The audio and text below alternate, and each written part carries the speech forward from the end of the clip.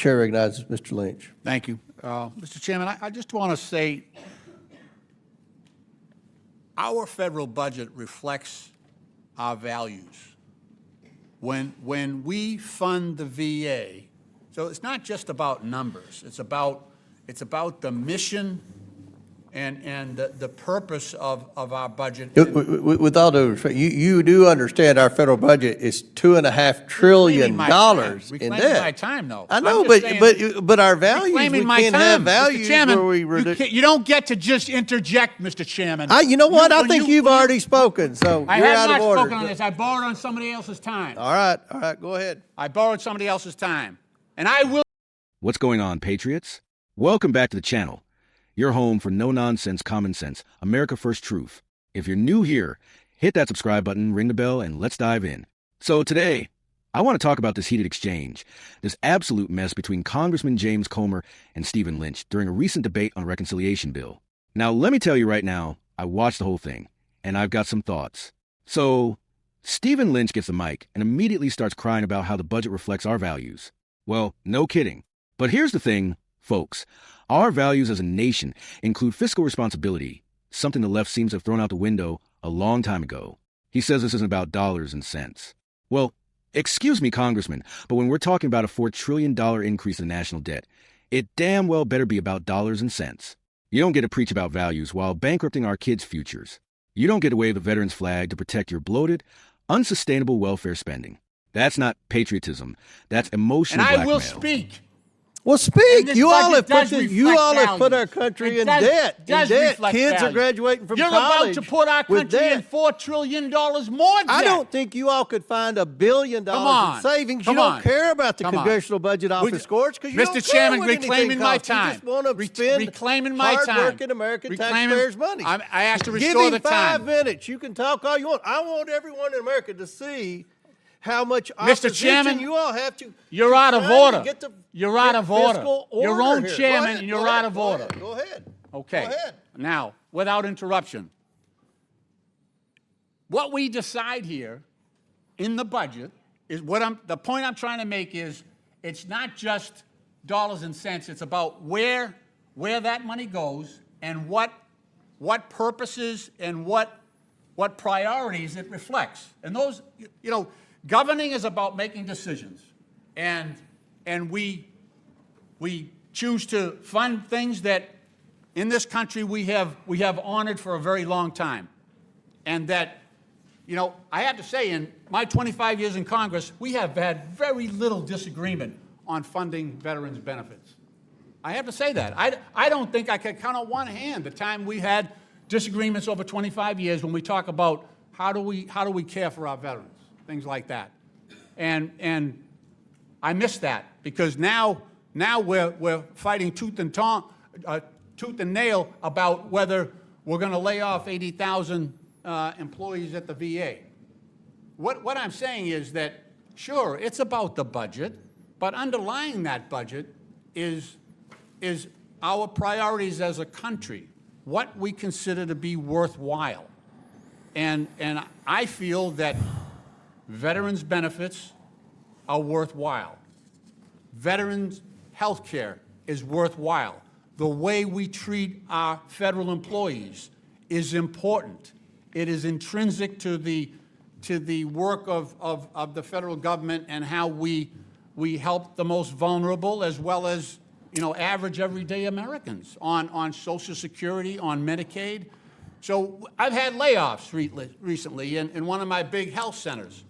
Community health centers, laid off 60 people in a city that can't afford that.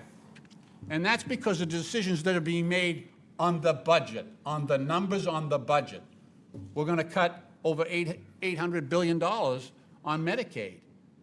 I've got nursing homes. So I got seniors who are, they can't go out and get another job. They're in nursing homes. Their families are trying to care for them.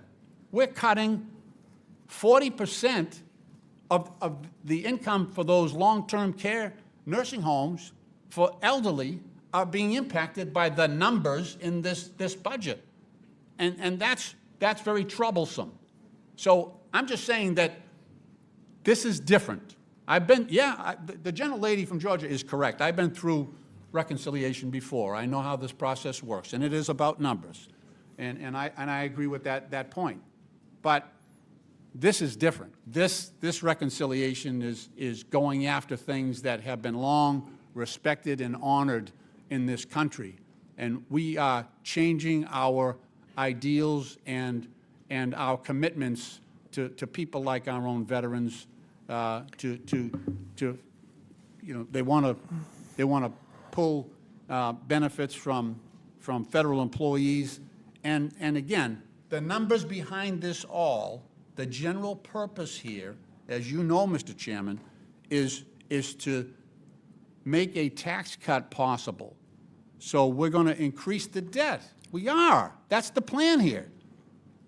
We're going to increase the debt by, I think, at least $4 trillion, based on what we're looking at right now.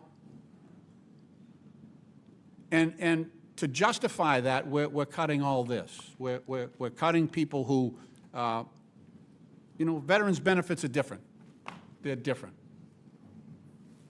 They're different and they're special because veterans' benefits are for courageous service previously rendered. We owe this. We owe those benefits. Those wounded veterans lying in VA hospitals all across this country, your state and mine, we owe them for their service. They have delivered.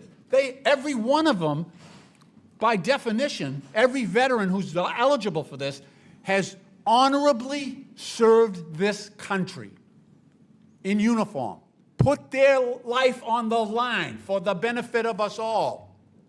We made a commitment to them. We said, if you come back with wounds, visible or invisible, we will take care of you.